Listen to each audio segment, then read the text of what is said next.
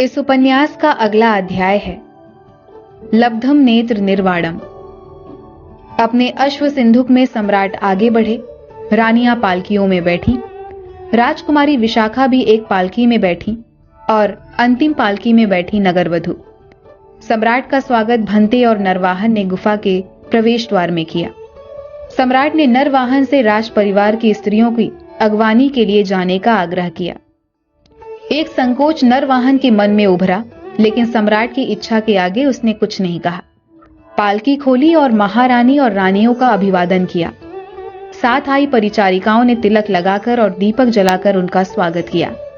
सबसे आखिर की पालकी की यवनिका भी नरवाहन ने उठाई। अजीब सा विस्मय उसके भीतर तैर गया। यह तो निपुणिका है।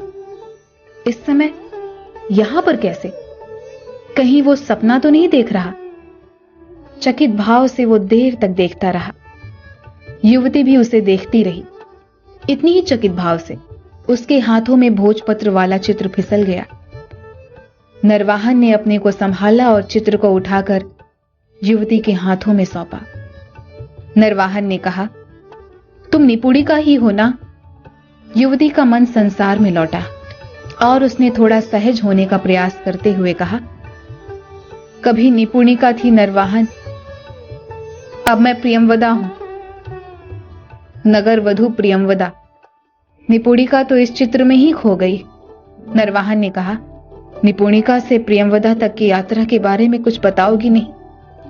निपुणिका ने संक्षेप में अपनी बात बताई और नरवाहन ने भी। दोनों की आंसू अविरल बह रहे थे। फिर सम्राट हरिसेन ओट से सामने आए। दोनों ने उन्हें देखकर हाथ जोड़ लिए। हरिसेन ने कहा, देखो नरवाहन, मैंने तुमसे कहा था ना, तुम सम्राट की शक्तियों से परिचित नहीं हो। नरवाहन ने अपने दोनों हाथ से कान पकड़े। कहा, इसका दंड आप मुझसे पुरस्कार छीनकर तो नहीं लेंगे ना? सम्राट मुस्कुराए और प्रियमवदा भी। सम्राट ने कहा, अब मैं तुम्हें निपुणिका कहूंगा। क्यों बताओ? प्रियमवदा ने कहा, क्योंकि मेरा नाम है इसलिए। सम्राट ने कहा, इतने सामान्य उत्तर की आशा नगरवधु से नहीं थी। प्रियमवदा ने कहा, आप ही बताइए ना, इस समय मेरा दिमाग विचार शून्य हो गया है। सम्राट ने कहा, क्योंकि तुम बातें छिपाने में निपुण हो। इतने वर्षों में क्यों नहीं बताया? मैं तो पाताल से भी खोजकर नरवाहन को निकाल लाता। उज्जैनी तो फिर एक बड़ा नगर है। प्रियमवदा ने कहा, मैं ऐसी परिस्थिति में पड़ गई कि इसका कोई लाभ नहीं था। नरवाहन ने कहा, निपुणिका, मान लो कि दशक भर का समय एक क्षण में बीत गया। हम कभी भी नए जीवन का आरंभ कर सकते हैं।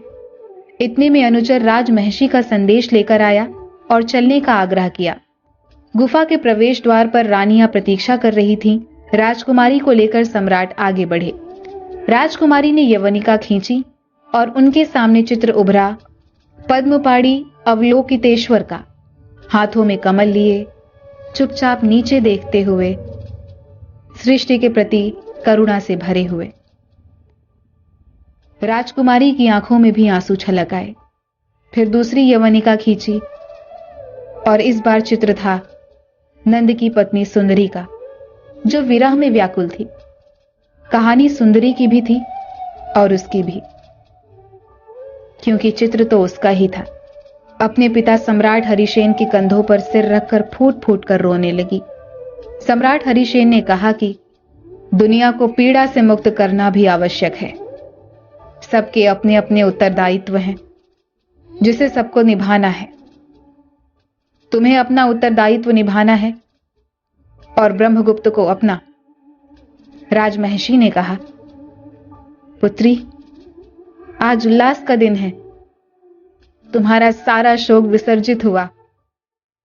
अजंता की राजकुमारी अब हमेशा के लिए इतिहास में अंकित हो गई। सम्राट ने कहा, और कितनी सुंदर है ये राजकुमारी। मुझे अभिज्ञान शाकुंतलम में कहा हुआ दुष्यंत का कथन याद आ रहा है, जो उसने शकुंतला के लिए कहे थे, लब्धम नेत्र निर्वाणम। इतनी सुंदर, जिसे देखकर ही नेत्रों को निर्वाण मिल जाए। यह अजंता की चित्रशाला हमारे नेत्रों को युगों युगों तक निर्वाण प्रदान करेगी। जो भी इसे देखेगा उसे अपूर्व सुख से भर देगी। सम्राट ने अपनी बात जारी रखी। अजंता का अपूर्व संसार आज से दुनिया के लिए खोल दिया जाएगा। विहार की व्यवस्था की जिम्मेदारी नरवाहन और निपुणिका की होगी। यहां एक सुंदर नाट्यशाला भी बनाएंगे। सार्थक समूह अच्छा नाटक करता है, उसे यहां स्थायी रूप से रखेंगे। अपनी अंतिम बात सम्राट ने मुस्कुराते हुए पूरी की। और यहां का एक विशेष नाटक होगा, अभिज्ञान शाकुंतलम। दुष्यंत का पात्र नरवाहन निभाएंगे और शकुंतला निपुणिका बनेंगी। आशा है कि हमारा दुष्यंत इस बार शकुंतला को छोड़ लंबी यात्रा में नहीं जाएगा। नरवाहन ने मुस्कुराते हुए कहा, कदापि नहीं।